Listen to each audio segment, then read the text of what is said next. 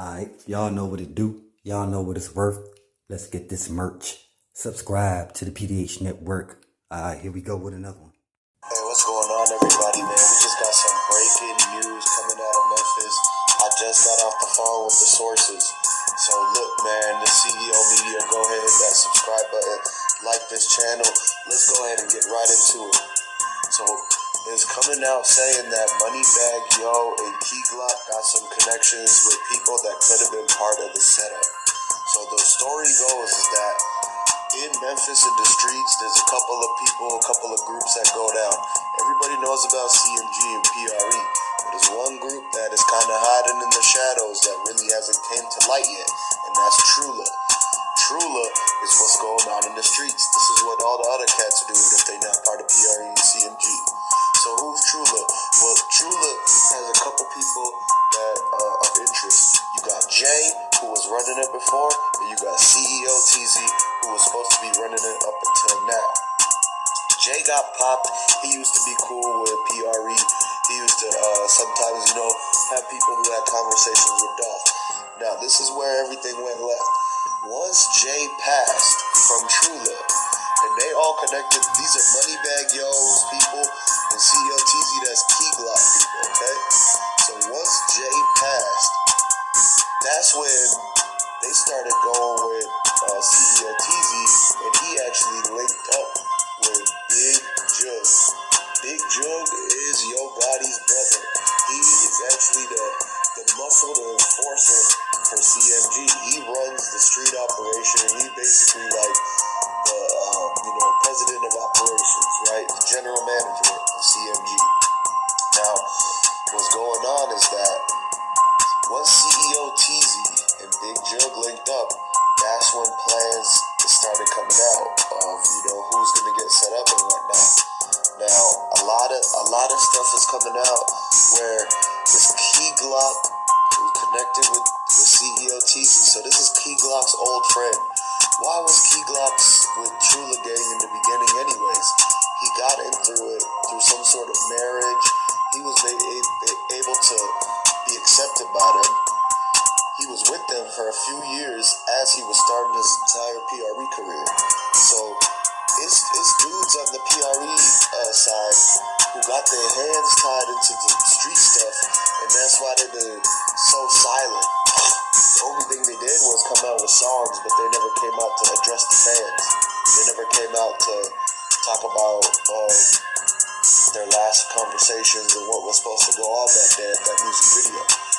Now, Trulla has got a couple suspects coming out. The CEO TZ guy was not, I guess he was running the show the wrong way. At one point, they decided to switch things up from rocking with P.R.E to rocking with CMG. And now, I'd probably go ahead and say that Yo Gotti's brother and CMG people had a lot of influence in bringing CEO TZ, Trulla, and everything to be rocking with the CMG side, because they knew that this third-party street group was going to be what tips the scales on who has the power in the city. So from that point on, CMG and Big Jug, Yo Gotti, they all knew that they needed to get CEO TZ to push the group Trulla over into the CMG side. So now, one thing that makes them connected with Moneybagg Yo is the fact that one of the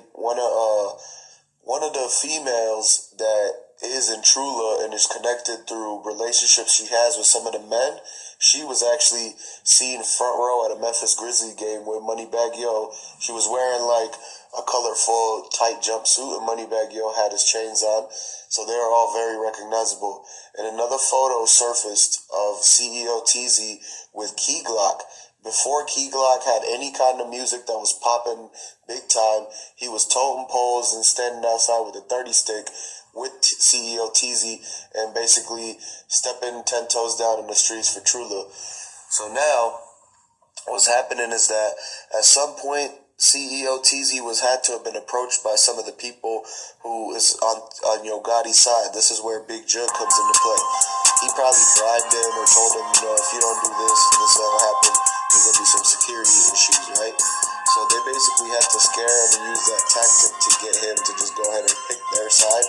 That way, they're singling out P.R.E. And the fact that they know P-Glock is stepping with Trulla, but then is over here rocking with P.R.E. and not telling each side that he's messing with each other. He playing both sides of, not all the way one side, but he playing the third party and he's playing the P.R.E. side.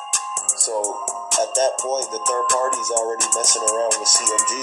So that's where P-Glock is in trouble, because how could you be tight-knit with a group who's messing with the ops that you're signed? You're signed to P.R.E. and you're messing with a group of their ops.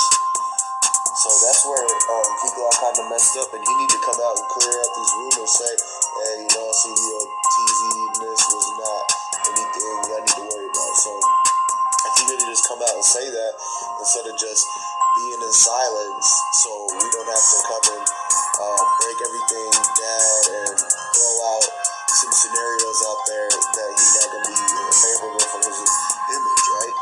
So now, this whole thing is crazy because he knew Moneybagg Yo had a lot of involvement, and it's just drawn CMG and everybody closer to that RICO case.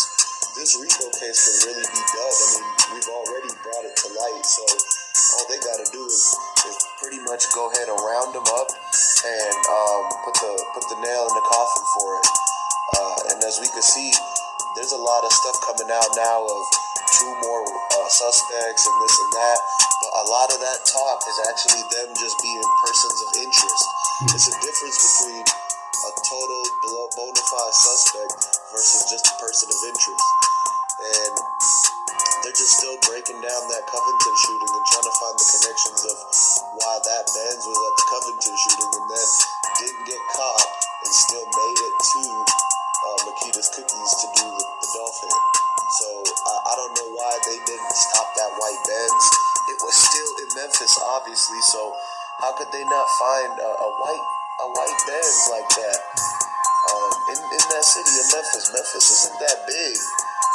And especially that surrounding area, you got Tennessee right there. They could have had the resources to really set up road traps to find that white Benz within that 2 weeks of that Covington shooting. I think it was within the same week or something. Now, that's just strange to me, the fact that they didn't move quickly on getting the white Benz. Because had they had moved quickly with that Covington shooting, they would have got the white Benz and they wouldn't have used it in the Dolphin incident. Maybe the Dolphin incident would have never happened. It would have been delayed, or they would have had to rearrange plans on getting another getaway car. Or maybe they would have tried to go and steal a whole other car, but they actually get caught red-handed doing that and would never make it to the Dolphin. So it's a lot of, you could really point fingers at a lot of different places, but there's negligence. The people that's supposed to be doing their job and finding the evidence and all this stuff, they moved way too slow. Not even before the Dolph case even started, they were moving slow on the Covington case. Alright, y'all know what it do. Y'all know what it's worth. Let's get this merch. Subscribe to the PDH Network.